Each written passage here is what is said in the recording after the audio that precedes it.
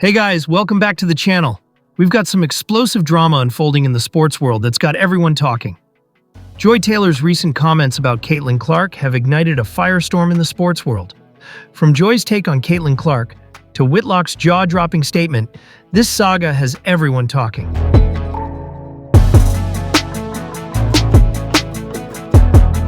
She just said, the national championship game. We were not talking about Caitlin Clark before Angel Reese walked up to her, did this, and pointed to the ring. This is not my opinion. I lived it, I watched it, it was recorded, it was broadcasted live. We were not talking about Caitlin Clark before that moment.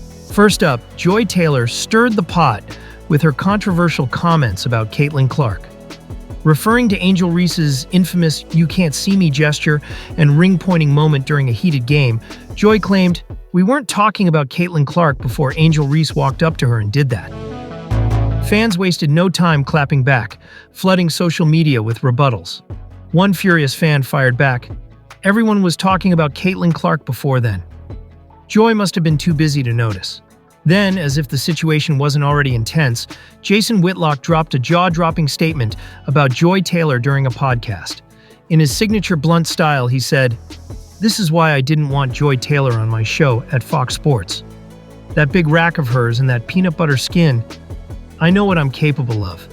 I can remember I'm at Fox Sports at the time, and I ran into some friction because I didn't want a woman on a show that I was doing at Fox Sports. And so this is in 2015-16 at the very beginning. And I can remember they brought Joy Taylor in for a test on the show that I was doing.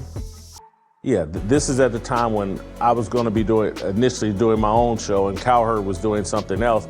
And just keeping it all the way real, Charlie Dixon wanted her to be involved with my show. And so we brought her in for a test. And I didn't think the test went well. And I let everybody know, hey, I don't think this test went well. I don't want, this isn't the direction I wanted to go.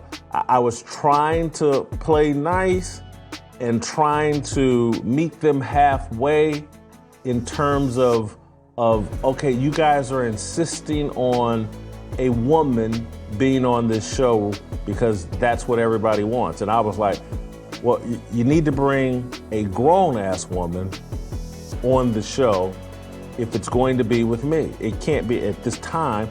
This is 10 years ago. Joy Taylor's probably 25, 26 years old. You talking about, I got a lot of discipline, but 25-year-old with them big cans and that peanut butter skin who has nothing to say, at some point I'm going to lose respect. And I'm like, well, the only thing she's got to offer is them big cans and that peanut butter skin. And so if I got to put up with this, I might as well enjoy them big cans. And so I said, no, I don't want to put myself in that position. And so I can remember, I brought in Bonnie Bernstein. Bonnie Bernstein's around my age, a few years younger perhaps. But I was like, she's been around the block. She actually has been involved in sports media for a long time. She might have something of substance to offer. And the test we did with Bonnie Bernstein went much better. And I was like, if we're gonna go, they were adamant, no Bonnie Bernstein. When I look back in retrospect, when I say they, I'm talking about Jamie Horowitz, and I don't know if I heard from Charlie Dixon on this, but I certainly heard from Jamie Horowitz. They were adamant, no Bonnie Bernstein. And when I look back in retrospect, I'm not trying to disparage anybody, I'm just keeping it real. This show is called Fearless. I gotta tell you the truth so you can understand these things. When I look back in retrospect, they were like, Bonnie Bernstein, she was 20 years ago. We've had our way with Bonnie Bernstein. We want something fresh and new.